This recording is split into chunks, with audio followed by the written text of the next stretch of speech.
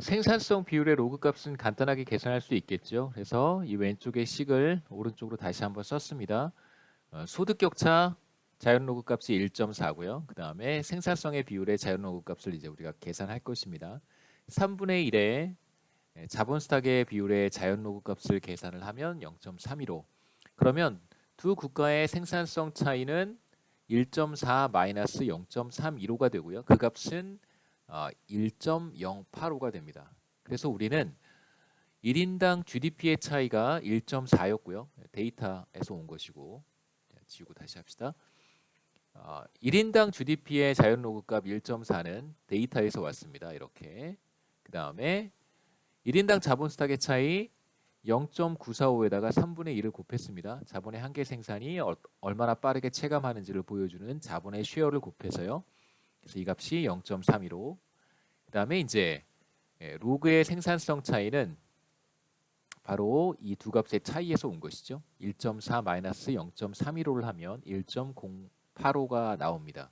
그래서 각각 비율을 한번 계산해 본 거예요. 어떻게 계산한 거냐면 전체 1.4 중에서 그 소득 격차 중에서 1인당 자본 스탁의 차이에 의해서 설명되는 부분, 다시 말하면 1.4분의 0.315를 계산을 한 것입니다. 0.315를 계산해서 곱하기 100을 했더니 몇 퍼센트가 나오냐면 22.5%가 나오고요.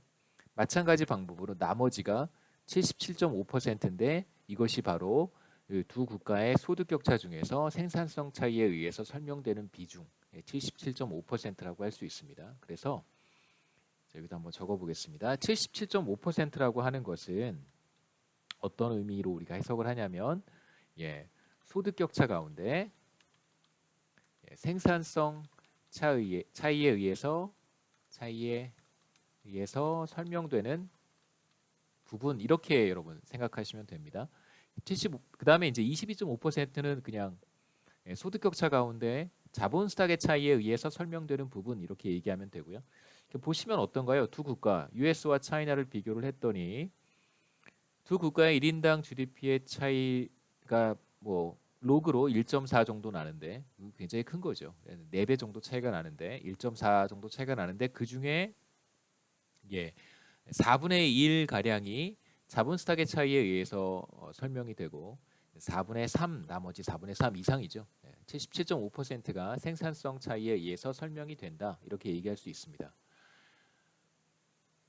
그래서 앞에 그림 한번 보면 도움이 될 것 같은데요. 다시 돌아가서 자 여기 차이나 US가 있죠.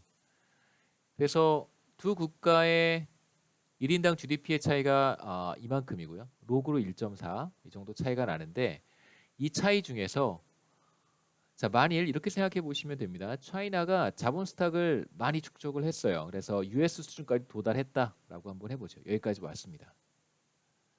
이렇게 왔습니다. 자 그러면 차이나의 1인당 GDP는 US 1인당 GDP의 4분의 1 정도 수준까지는 올라갈 수 있겠죠. 예를 들면 뭐 여기가 1인당 4달러라고 하고요. 그래서 여기가 1인당 1달러라고 한번 해보겠습니다.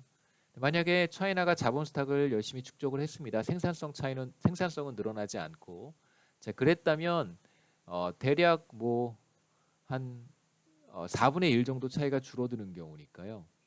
그러니까 뭐 얼마라고 할 수 있을까요? 22% 정도 되니까 대략 얼마가 되는 거죠? 달러의 4분의 1, 0.75 정도? 한 소득 수준이 1.75달러 정도로 올라간다고 우리가 얘기할 수 있습니다.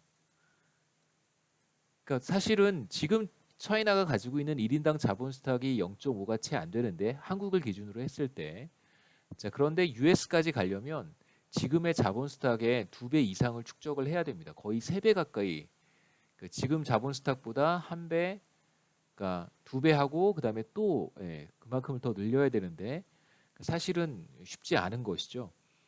그렇게 했음에도 불구하고 1인당 GDP는 1달러에서 대략 뭐 한 1.8달러 정도밖에 늘어나지 않는다는 거예요. 이 정도 수준으로밖에. 이만큼 늘어납니다. 반대로 만일 생산성을 높인다면 어떻게 될까요? 차이나가 자본 스탁은 그대로 내버려두고 생산성만 US 수준으로 올라간다면 다시 말하면 여기에서 여기로 가는 것이겠죠, 그렇죠? 요점으로 그러니까 생산함수가 US 생산함수와 같아진다는 뜻입니다. 여기로 가게 되면 소득 격차를 얼마나 줄일 수 있냐면 대략 한 3.2달러까지 올라갈 수 있다는 거죠. 3.2달러까지.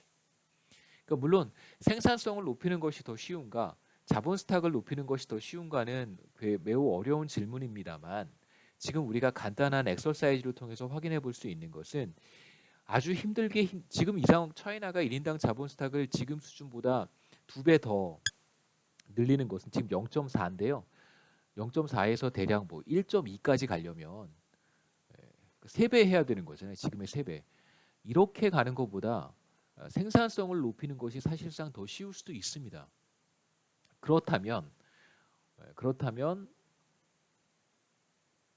1인당 GDP는 US와 그 차이를 훨씬 더 좁힐 수 있겠죠.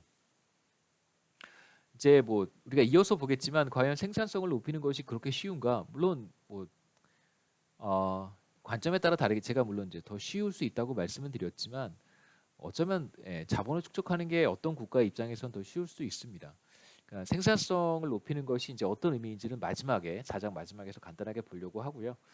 그래서 우선 이제 이 그림을 그렇게 우리가 앞에서 계산했던 식과 이 그림을 그렇게 매치시킬 수는 있습니다.